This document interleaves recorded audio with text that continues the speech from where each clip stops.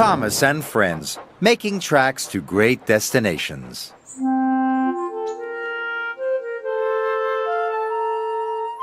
Dear Christopher, here is your friend Thomas the Tank Engine. He wanted to come out of his station yard and see the world. These stories tell you how he did it. I hope you will like them because you helped me to make them. Your loving Daddy.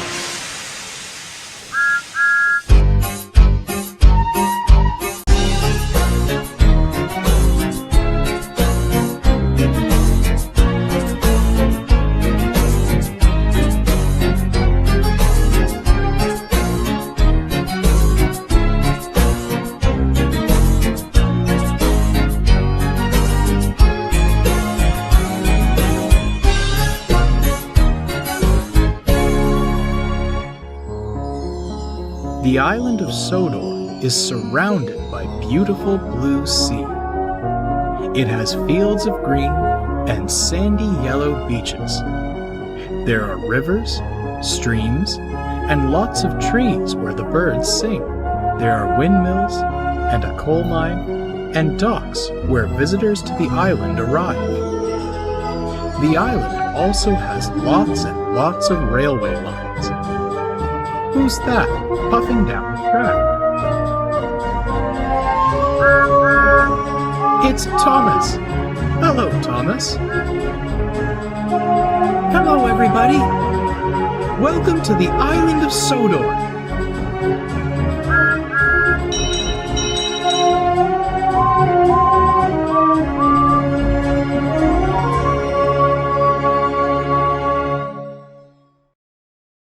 Henry's leaking water problems. It was the end of a busy day on the island of Sodor. The engine had been very busy. They were feeling pleased, proud, and splendid. All except for Henry. He was feeling ill.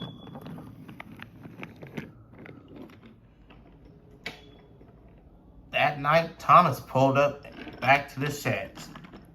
He could see Henry was groaning. "What's the matter with you, Henry?" asked Thomas. "My boiler is grumbling," he complained. "Maybe it's grumbling at you," teased Thomas. "That is not funny, Thomas," he said crossly. "You just don't care."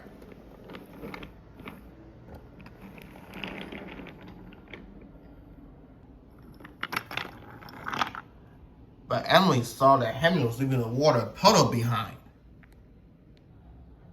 She was worried for Henry. The next morning, Sir Topham had arrived.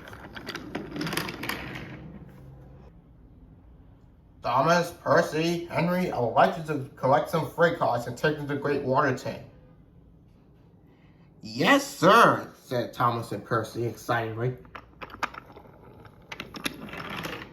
Henry watched Thomas and Percy puffed away.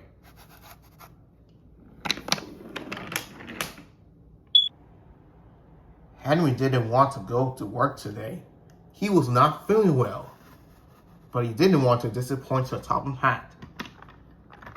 "Ugh, useful engines don't complain," Henry said to himself as he popped out of the shed.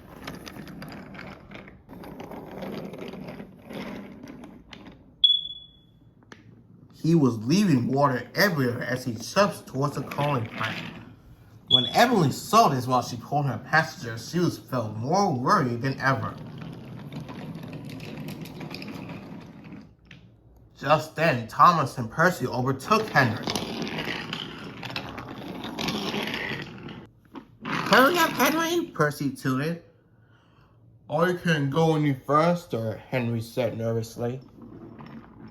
"Oh, you're just being lazy," said Thomas. By the time Thomas and Percy reached the coaling plant, they had a naughty idea.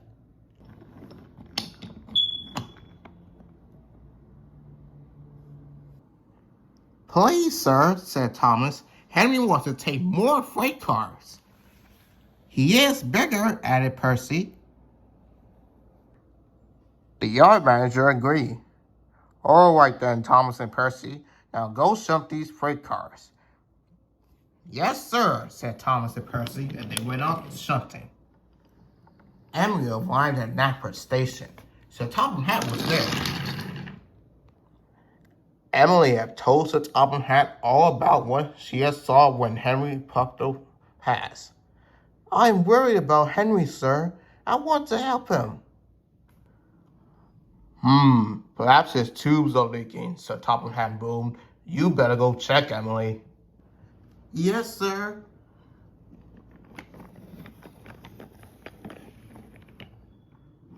By the time Henry arrived at the coaling plant, Thomas and Percy had already left, and he was surprised at what Thomas and Percy had shunted the whole line of trucks. Oh, why did Thomas and Percy leave me so many freight cars? Moaned Henry. They know that I'm not feeling well. We'll still have to take them, said his driver. Oh, I'm gonna be sick and ever.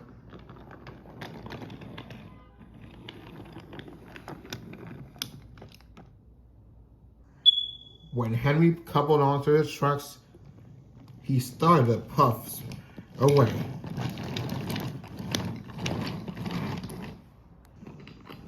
He chuffed and puffed and pulled his full line of trucks.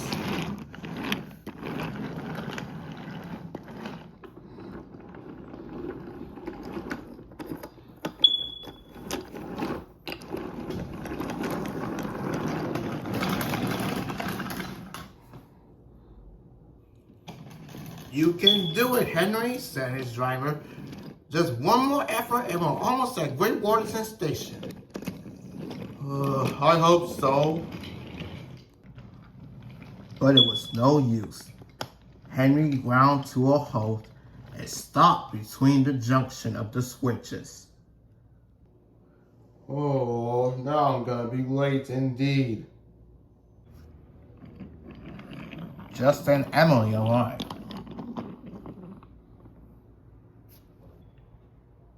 Are you okay, Henry? No, groaned Henry. I'm stuck, and I'm broken down. Henry's firemen uncoupled the heavy freight cars, and Emily changed tracks and coupled onto Henry. Oh, thank you, Emily, said Henry. What are friends for? Said Emily.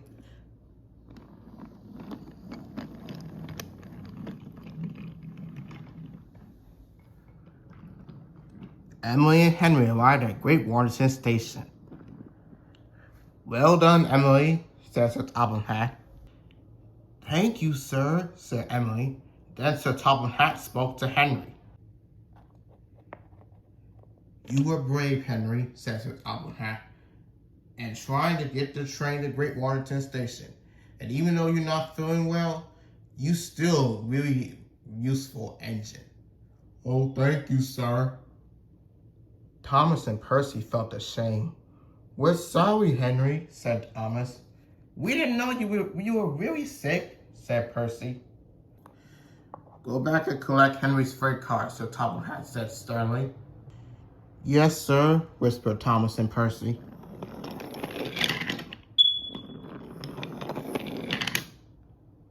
And Henry, your tubes is leaking.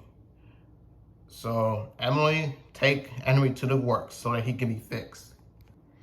Yes, sir, said Emily.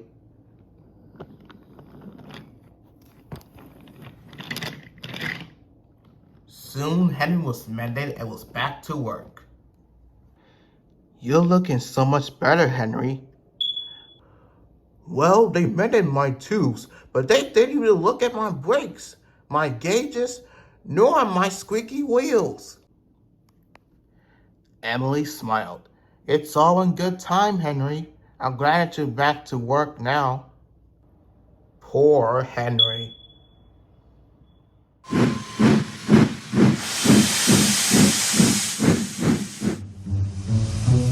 Thomas, Edward, and James each have a load to pull today. Each load is a different shape. Thomas's load is narrow. Edward's load is wide. And James's load is tall. Each engine has to find the right route. Who will go through this narrow tunnel? Will it be Edward? What shape is Edward's load? Edward's load is wide.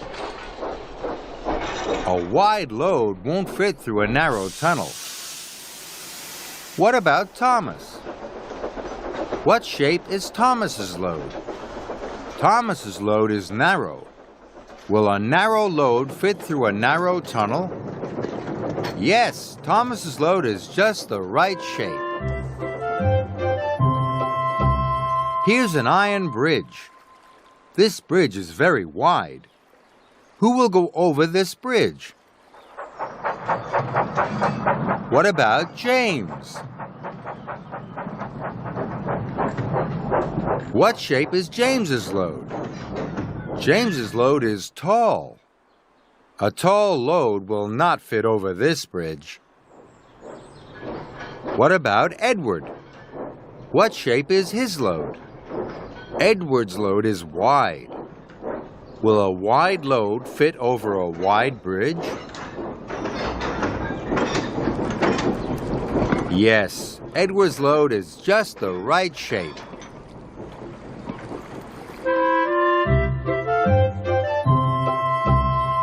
Here's another bridge. What shape is James's load? James's load is tall. His tall load is just the right shape. James has no problems going over this bridge. 3 engines with 3 different shaped loads. And they all found the right route. Well done, all of you.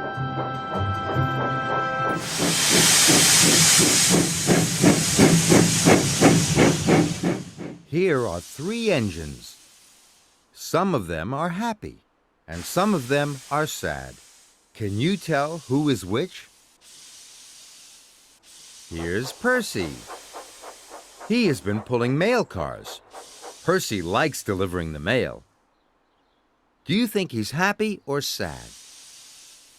That's right. Percy is happy. Now here's Gordon. He has been pulling the express. Gordon is very proud to pull the express. Do you think he's happy or sad? Yes, Gordon is happy. And here's James. He's been working at the coaling plant, and there is coal dust all over his shiny red paintwork. James doesn't like being dirty. Do you think he's happy or sad? You're right. James is sad. 2 of the engines are happy, but one of them is sad. What will make James happy? That's right. Going to the washdown. Being clean and shiny makes James very happy.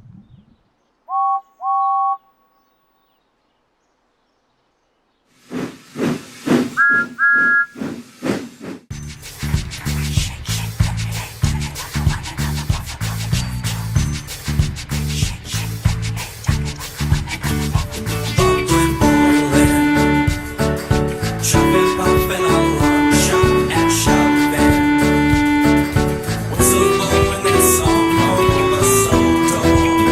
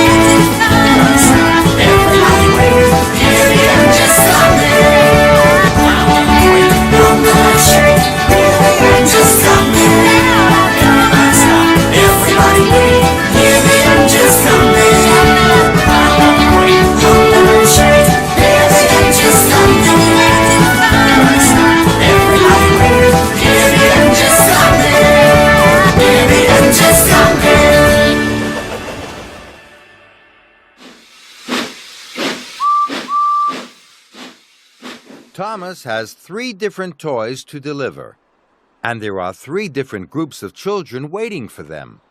There is a freight car with a scooter, a freight car with a teeter-totter, and a freight car with a ball and goalposts.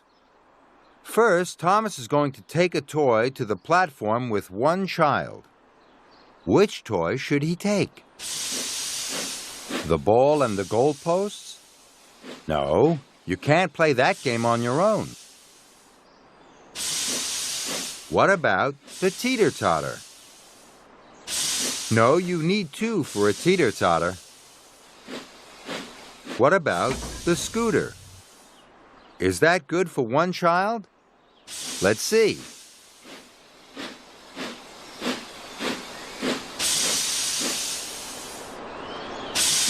Yes, the scooter is just right for one child. Now, Thomas is going to take a toy to the platform with a group of children. Which one should he take? The teeter-totter? A teeter-totter's fun for 2 children, but not for a group of children. What about the ball and goalposts? Yes, there are enough children to make 2 teams. Just right for a game with a ball and 2 goals. Now Thomas has 1 more toy to deliver, and 2 children left to take it to. Is a teeter-totter fun for 2 children? Yes, a teeter-totter is lots of fun for 2 children. Thomas has delivered all the toys, and all the children are happy. Well done, Thomas.